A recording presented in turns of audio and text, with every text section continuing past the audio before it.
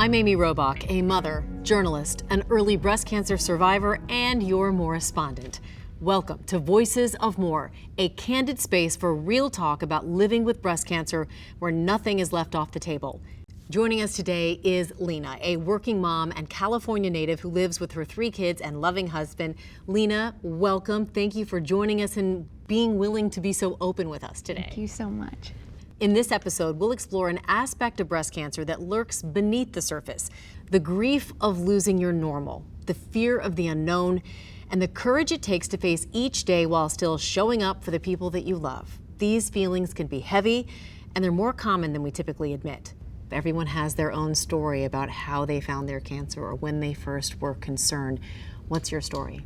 It was in a casual setting in the sense that it was a medical assistant of a client that called me because she'd just been watching my stuff closely. And I remember being at my children's reception and she didn't say anything. She just said, "I'm sorry." I knew what she meant by that.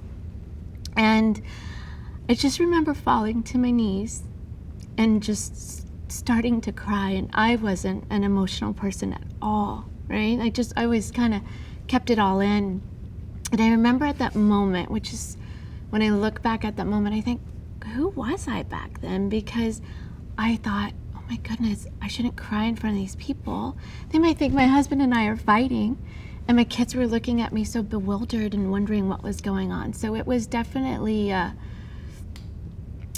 come to Jesus, so to speak, moment. No one knows how they're going to react. You just recited so much of my story. I had the most emotional, visceral reaction that I actually was embarrassed about. I too was self-conscious. But my God, in that moment, to think that we were worried about what other people were thinking. I know. It was very short-sighted, but it was the start of my journey. Obviously, when you go through breast cancer, not everybody has the same journey, but obviously we have scars.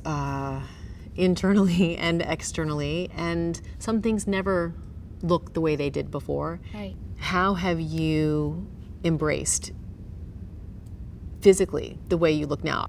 I've realized the old Lina was just so focused on her image, her pretty long hair, always trying to look fit, always trying to one-up everything that I did, and I was losing a lot of my identity, and I didn't realize that. You know, when all your looks fade, I'm going to be judged for the heart I have, for the empathy I have, and the compassion I have. It's so personal, and people who haven't gone through cancer treatments can't understand how much that affects, especially I think us women. But I actually had people come up and say, "I miss your old hair. I liked it better shorter." Whatever it is, it was never a choice. The hairstyle wasn't a hairstyle or a haircut. It's what cancer did to our hair follicles, correct? I know some people don't get it, but how do you feel? Have you thought about going forward what you want to look like physically, or does it not matter? Right now, I'm just trying to embrace each day, right? Because I don't think I'm ever going to get to the point where I want to, right? I think the hardest thing too is when a woman turns 40, things just change. So sometimes you're like, is this cancer? Or is this just like entering 40? Every once in a while I look in the mirror and I think, who is this? And sometimes my little 5-year-old says, "Mommy, I miss the old you." And I say, but I like the new me. It is what it is. And people think anytime someone sees me, they just think this is the hairdo I chose. And I have to, when someone says, "I love your hair," I just always think to myself, they don't understand. They haven't walked in my shoes. Did you get to a point where you actually were able to mourn yourself, that other life where you didn't have cancer, where you didn't think you could get cancer? I definitely miss the old Lina. You know, there's parts of me that still wishes I still had it. But there's parts of me that really like the new Lina, right? I'm more in tune to think that my emotions are my friends now. And so that's been really interesting. I have learned to just keep telling myself, you can't change the past.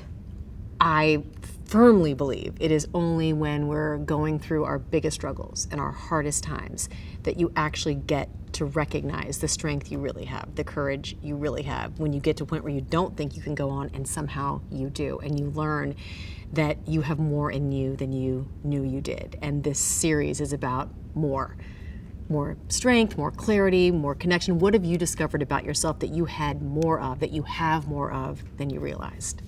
I think there's this point where I try to force myself to be on a timeline or to be on other people's timeline, but I needed to be more gracious to myself and be on a timeline that was for me. It's not too late.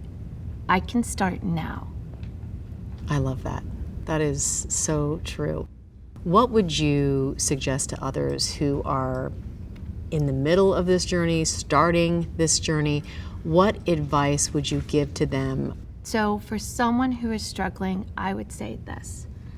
As I was going through my cancer journey, I felt alone still, right? Because I didn't know who I was. I was anchored to an identity that did not exist anymore. And then I shed that skin. I became someone else. And I like this person. I wish I could have that old body and put this person together, because then it'd be the all dream team.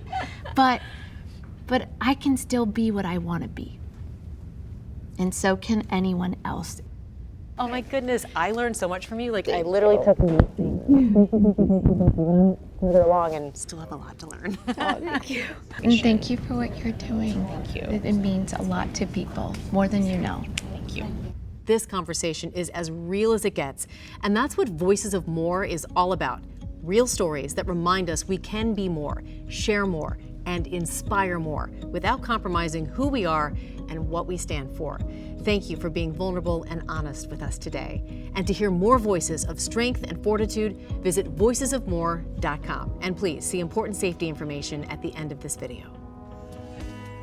What is KISQALI? KISQALI ribociclib is a prescription medicine used to treat adults with hormone receptor HR-positive human epidermal growth factor receptor 2 HER2-negative breast cancer in combination with an aromatase inhibitor for stage 2 and 3 early breast cancer with a high risk of coming back. It has gotten worse or has spread to other parts of the body, advanced or metastatic breast cancer, in combination with an aromatase inhibitor as the first endocrine-based therapy, or fulvestrant as the first endocrine-based therapy, or following disease progression on endocrine therapy. It is not known if KISQALI is safe and effective in children. Important safety information. KISQALI may cause serious side effects, including lung problems. KISQALI may cause severe or life-threatening inflammation of the lungs during treatment that may lead to death. Tell your healthcare provider right away if you have any new or worsening symptoms, including trouble breathing or shortness of breath, cough with or without mucus, chest pain. Severe skin reactions. Tell your healthcare provider or get medical help right away if you get severe rash or rash that keeps getting worse, reddened skin, flu-like symptoms, skin pain or burning, blistering of the lips, eyes, or mouth, blisters on the skin or skin peeling, with or without fever. Heart rhythm problems, QT prolongation. KISQALI can cause a heart problem known as QT prolongation. This condition can cause an abnormal heartbeat and may lead to death. Your healthcare provider should check your heart and do blood tests before and during treatment with KISQALI. Tell your healthcare provider right away if you have a change in your heartbeat, a fast or irregular heartbeat, or if you feel dizzy or faint. Liver problems. KISQALI can cause serious liver problems. Your healthcare provider should do blood tests to check your liver before and during treatment with KISQALI. Tell your healthcare provider right away if you get any of the following signs and symptoms of liver problems: yellowing of your skin or the whites of your eyes, jaundice; dark or brown, tea-colored urine; feeling very tired; loss of appetite; pain on the upper right side of your stomach area, abdomen; bleeding or bruising more easily than normal; low white blood cell counts, neutropenia. Low white blood cell counts are very common during treatment with KISQALI and may result in infections that may be severe. Your healthcare provider should check your white blood cell counts before and during treatment with KISQALI. Tell your healthcare provider right away if you have signs and symptoms of low white blood cell counts or infections, such as fever and chills. Your healthcare provider may tell you to decrease your dose, temporarily stop, or completely stop taking KISQALI if you develop certain serious side effects during treatment with KISQALI. What should I tell my healthcare provider before taking KISQALI? Before you take KISQALI, tell your healthcare provider if you have any heart problems, including heart failure, irregular heartbeats, and QT prolongation, have ever had a heart attack, have a slow heartbeat, bradycardia, have high blood pressure that is not controlled, have decreased thyroid gland function, hypothyroidism, have problems with the amount of potassium, calcium, phosphorus, or magnesium in your blood, have fever, chills, or any other signs or symptoms of infection, have liver problems, have kidney problems, are pregnant or plan to become pregnant. KISQALI can harm your unborn baby. If you are able to become pregnant, your healthcare provider should do a pregnancy test before you start treatment with KISQALI. Females who are able to become pregnant and who take KISQALI should use effective birth control during treatment and for at least 3 weeks after the last dose of KISQALI. Talk to your healthcare provider about birth control methods that may be right for you during this time. If you become pregnant or think you are pregnant, tell your healthcare provider right away. Are breastfeeding or plan to breastfeed. It is not known if KISQALI passes into your breast milk. Do not breastfeed during treatment with KISQALI and for at least 3 weeks after the last dose of KISQALI. Tell your healthcare provider about all the medicines you take, including prescription and over-the-counter medicines, vitamins, and herbal supplements. KISQALI and other medicines may affect each other, causing side effects. Know the medicines you take. Keep a list of them to show your healthcare provider or pharmacist when you get a new medicine. What should I avoid while taking KISQALI?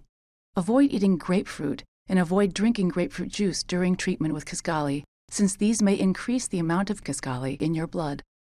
The most common side effects of KISQALI in people with early breast cancer include decreased white blood cell counts, decreased red blood cell counts, increased liver function tests, infections, increased kidney function test, decreased platelet counts, nausea, headache, tiredness. The most common side effects of KISQALI in people with advanced or metastatic breast cancer include decreased white blood cell counts, decreased red blood cell counts, increased liver function tests, infections, nausea, increased kidney function test, tiredness, decreased platelet counts, diarrhea, vomiting, headache, constipation, hair loss, cough, rash, back pain, low blood sugar level. KISQALI may cause fertility problems in males, which may affect your ability to father a child.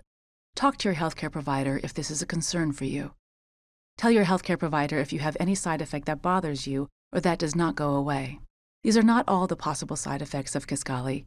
For more information, ask your healthcare provider or pharmacist. Call your doctor for medical advice about side effects. You are encouraged to report negative side effects of prescription drugs to the FDA. Visit www.fda.gov/medwatch or call 1-800-FDA-1088.